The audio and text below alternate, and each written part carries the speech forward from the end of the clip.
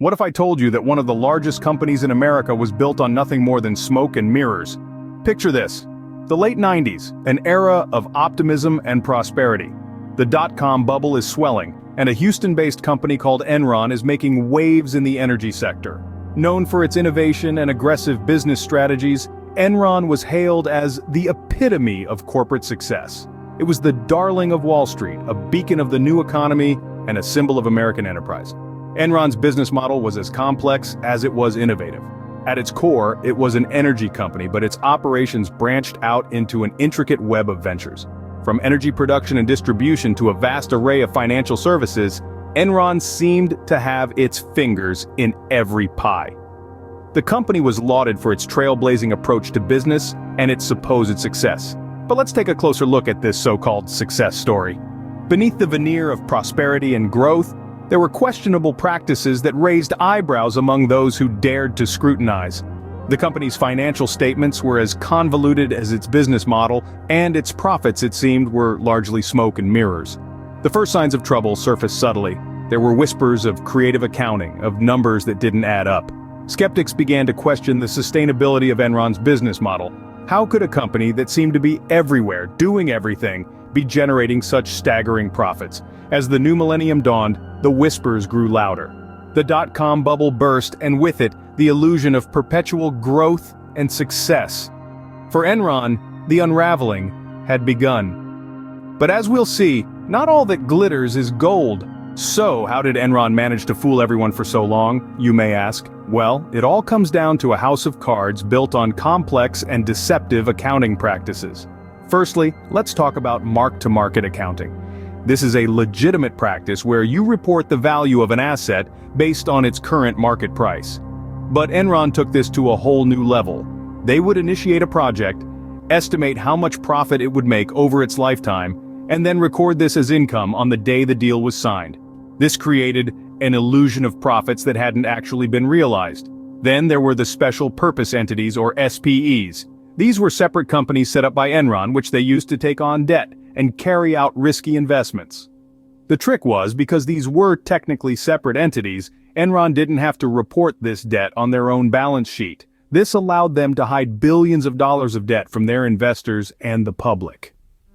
Finally, let's discuss revenue recognition from long-term contracts.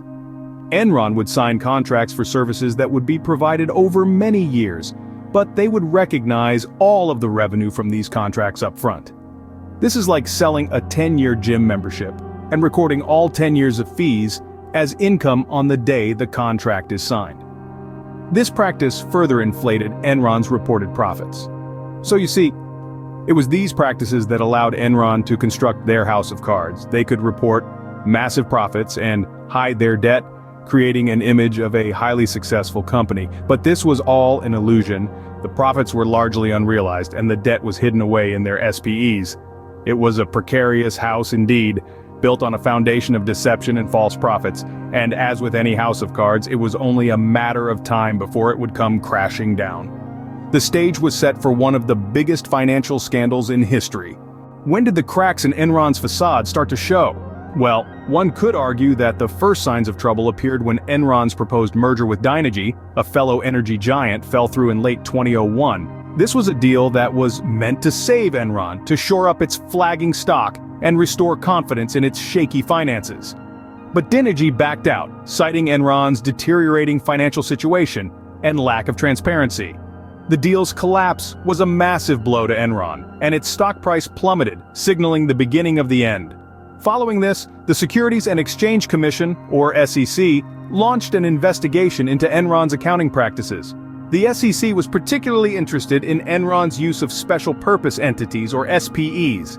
These are essentially shell companies used to keep debt off the books, making Enron look more profitable than it actually was. The more the SEC dug, the more it found. It was like peeling back the layers of an onion, each layer revealing more and more about the extent of Enron's financial manipulation. And then the hammer fell. On December 2, 2001, Enron filed for bankruptcy. This was the final act in a drama that had unfolded at breakneck speed. In less than a year, this titan of the energy industry, once valued at approximately $70 billion, was now worthless. Employees lost their jobs, shareholders lost their investments, and the world looked on in shock. The fall of Enron was as swift as it was stunning. It was a company that had been hailed as a model of innovation and success, a titan of the new economy. But in the end, it was all a mirage, a house of cards built on lies and deceit. In less than a year, Enron went from being a Wall Street darling to a symbol of corporate greed and corruption. The fall of Enron serves as a stark reminder that even the mightiest can fall, and that transparency and honesty in business are paramount. What happens when a behemoth like Enron falls? The aftermath of the Enron scandal was a seismic event that sent shockwaves through the business world and beyond. The once mighty energy titan, valued at over $60 billion at its peak, was reduced to nothing but a hollow shell of its former self, and its downfall left a path of devastation in its wake. Thousands of Enron employees found themselves suddenly out of work, their livelihoods snatched away without warning. Many had invested their life savings in Enron stock through their retirement plans, only to watch helplessly as their nest eggs evaporated into thin air. The shareholders too bore the brunt of the collapse, with billions of dollars in investments wiped out overnight. But the fallout didn't stop there. In the ensuing investigation, several of Enron's top executives were criminally charged and subsequently convicted. Kenneth Lay, the company's founder and former CEO, and Jeffrey Skilling, the former president, were among those found guilty of fraud and conspiracy. Their reckless actions and unchecked greed had not only brought down a corporate giant, but also shattered countless lives in the process. The scandal also spelled the end for Arthur Andersen, Enron's auditing firm. Despite being one of the Big Five accounting firms at the time, Andersen's involvement in the scandal and its failure to raise the alarm on Enron's dubious accounting practices led to its downfall. In less than a year, the firm was convicted of obstruction of justice, and its reputation was irreparably damaged. In response to the scandal, regulatory changes were implemented to prevent such a catastrophe from happening again. The Sarbanes-Oxley Act was passed in 2002, introducing more stringent auditing and financial regulations for public companies. This legislation was a direct result of the Enron scandal and marked a significant shift in corporate governance. The Enron scandal was a wake-up call for corporate America. It reminded us that unchecked ambition and unregulated power can lead to disastrous consequences. It showed us the importance of transparency, accountability, and ethical conduct in business. And it taught us that even the mightiest can fall when integrity is sacrificed for profit. What can we learn from the Enron scandal? The Enron scandal, a dramatic tale of corporate greed and deception, is rich with lessons that are still relevant today.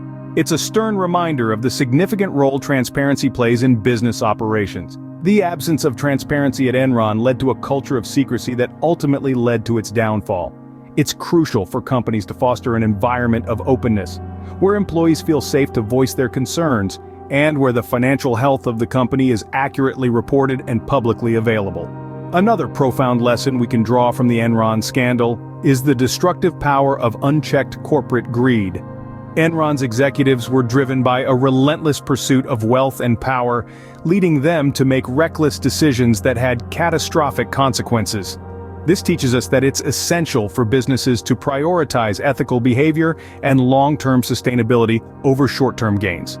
An unchecked desire for profits can lead to a slippery slope of unethical behavior that can ultimately destroy a company from the inside out. The Enron scandal also underscores the importance of effective regulation.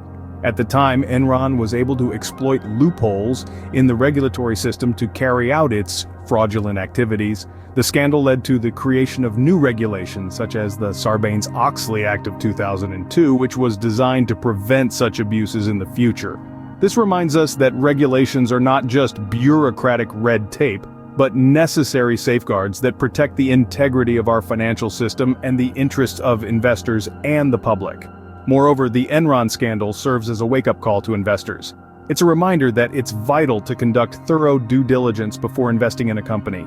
Investors should not just rely on a company's reputation or past performance, but should dig deeper into its financial health and governance practices. The Enron scandal is a stark reminder that success built on deception is a house of cards waiting to collapse. It's a lesson that reverberates in the annals of corporate history, reminding us of the importance of ethical business practices, transparency, and effective regulation.